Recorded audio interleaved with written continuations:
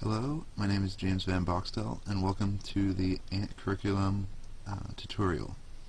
In this tutorial I'm going to show you how to set up the Ant Curriculum in Eclipse and start working on your own Ant solution. Alright, so the first thing you should do is download the Ant Curriculum zip. I've got it here, and first thing you're going to do is take that zip and you're going to go in Eclipse and start a new project. So go to New Java Project and give it some name, and then click Finish. Alright, so now we have a new Java project. We're going to browse to that folder in our workspace, and we're going to put the zip in this folder, and you want to extract everything to that folder. So I'm going to go extract all and extract it all right there.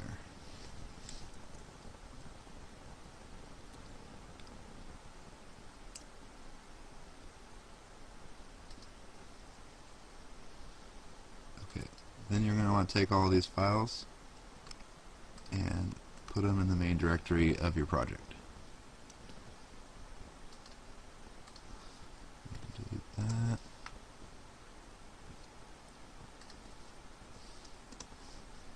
Alright, now you want to go into Eclipse, click your project and press F5.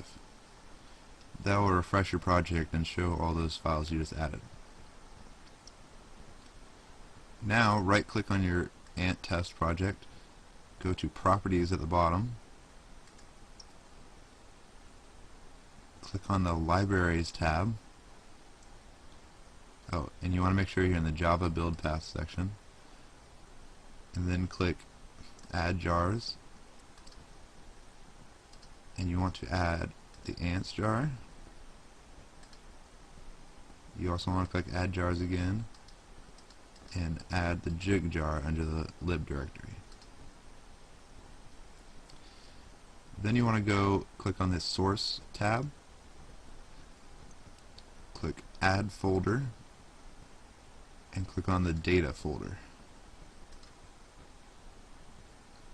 Then at the bottom, select Allow Output Folders for Source Folders. Then double click the Output folder for data, click Specific Output Folder, browse, and find the data folder and click it. Then click OK, and click OK again. Now you might need to refresh again, so click on an Ant test and click F5,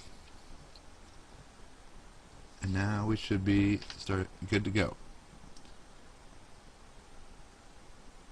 Alright, so to run the Ant simulation, see what it looks like, click the reference libraries, Ants, right click on that and go to Run As Java Application. Then you want to select Ant Game and select OK.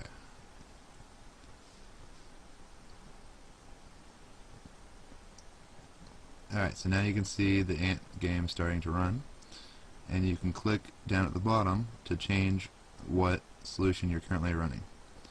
So you can see that the skeleton Ant solution doesn't do much yet. Now let's see if we can change that a little bit and have it do something.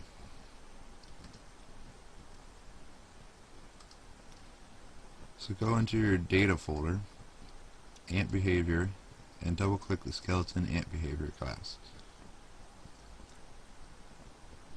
Now this is the base class that you're going to implement so that you can give the Ant behavior. So in the update method, let's try just doing something simple. We'll use the Ant controls method,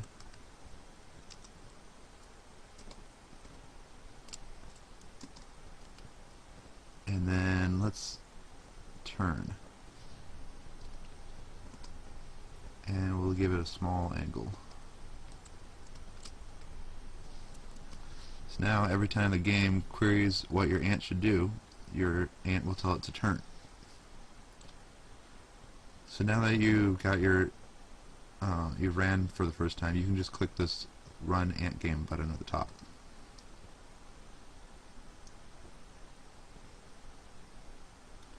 Okay, now I'll switch to ours, and you can see that the ants are slowly turning as they go forward.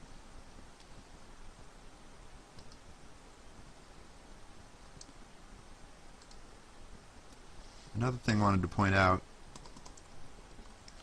is Eclipse automatically includes the Java doc. So it'll bring this autocomplete up. You can click on things and see what their documentation says. For example, this ant controls class is going to let you do a lot of controlling your ant.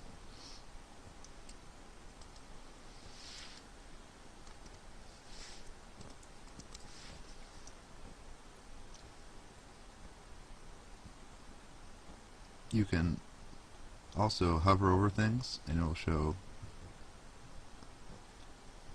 documentation on them.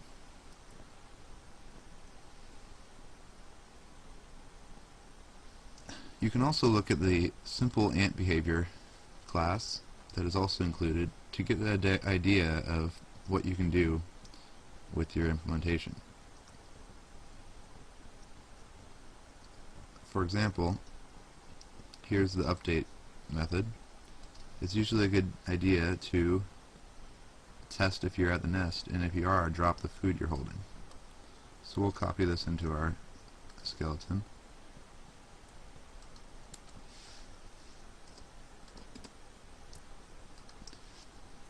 In addition, it's good to grab food if you're near it.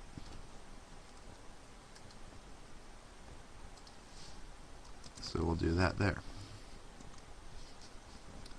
Now let's run again and see what our ant does.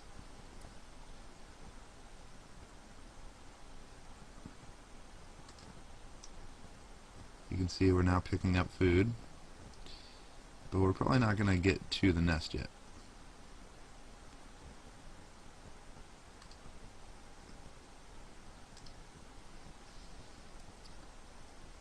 Also, if you bring up your project folder, you can look in the docs directory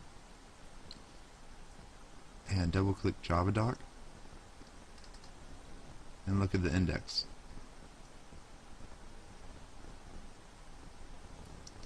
This gives you documentation on the main classes you'll need to know about.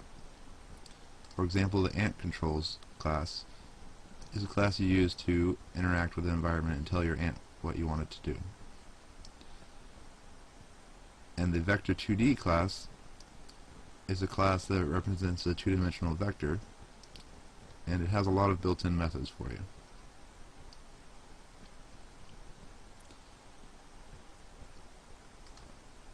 Alright, well, this concludes the ant tutorial. I hope this helped you understand how to get started and have fun implementing your ant.